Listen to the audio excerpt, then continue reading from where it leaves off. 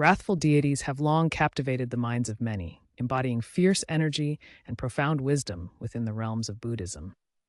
What exactly are wrathful deities? They are the fierce, powerful forms of enlightened Buddhas and Bodhisattvas. Interestingly, they also maintain peaceful aspects. Their transformative nature can destroy obstacles to enlightenment, which is crucial for many practitioners. So, they play a significant role in achieving enlightenment? Absolutely. In fact, they act as guardians against demons and guide sentient beings toward understanding the teachings of the Buddhas. The visual representation of these deities, especially in Tibetan art, is incredibly striking and symbolic. I've seen depictions of these deities. Why do they look so terrifying? Their fierce appearance is intentional. It represents the intensity of energy and power needed to transform negative mental states into wisdom and compassion. So, they're not just scary figures, they symbolize something deeper? Correct. The imagery showcases a dynamic approach to working with human emotions. Chogyam Trungpa described them as directly engaging with passion, aggression, and delusion. But why the bone ornaments and gory designs? Those adornments signify overcoming death and ego attachment, essential themes in tantric practices.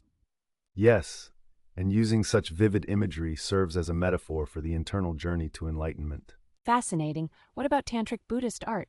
Oh, it explores this seductive yet terrifying duality further, often depicting these beings in ritual contexts that reflect their powerful roles. They hold ritual implements, signaling action against the obstacles they embody, often seen trampling figures that personify these obstacles. I've heard the term Yidam. What does it mean? In Indo-Tibetan Vajrayana, Yidams are divine forms of Buddhas and Bodhisattvas. Practitioners engage with these deities through meditation. This meditation fosters personal transformation, crucial for those on a tantric path. And do all Yidams exhibit fierce qualities? Not all. They can be peaceful, fierce, or semi-fierce, each with unique symbols and attributes. Fierce deities, like Herukas, represent the masculine aspect, while Dakinis capture the feminine. They both embody this wrathful energy quite powerfully. I see there's a concept of yab-yum. What does that entail? Yab-yum represents the union of a Buddha with a consort, symbolizing the integration of wisdom and compassion. It's a profound imagery that highlights the balance between these energies in the personal quest for enlightenment. Are there other manifestations of powerful deities in Buddhism? Definitely. In East Asian Buddhism, we encounter the wisdom kings, who are seen as protector figures embodying the Buddhas themselves. The 5 wisdom kings, for instance, serve as protectors of the Buddhist teachings. Are there more than 5 wisdom figures? Yes. In Chinese Buddhism, there are additional sets like the 8 and 10 wisdom kings. They represent varying aspects of bodhisattvas and Buddhas. And how do protectors fit into all of this? Protectors, or Dharmapala, are powerful beings that safeguard the Buddhist community from threats.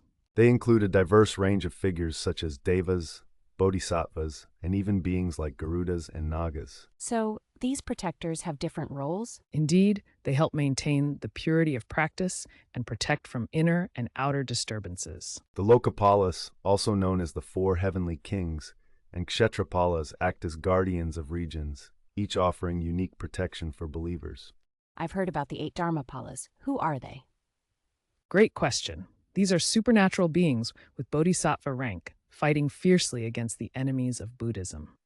Each of the 8 Dharmapalas, like Mahakala or Yamantaka, plays a specific role in this spiritual warfare. That's quite intense. What attributes do they hold? They are often depicted embodying unique powers and symbols of protection, impacting practitioners' spiritual journeys directly. They symbolize a relentless commitment to defending the Dharma, waging that necessary war against confusion and darkness. It's mind-blowing how much depth exists in these figures. Yes, each layer of symbolism reveals more about the path of transformation. The synthesis of fear and wisdom provides practitioners with a powerful means to confront their own internal conflicts. This has been incredibly enlightening. Listeners, if you have insights or questions about these fascinating figures, please share them in the comments.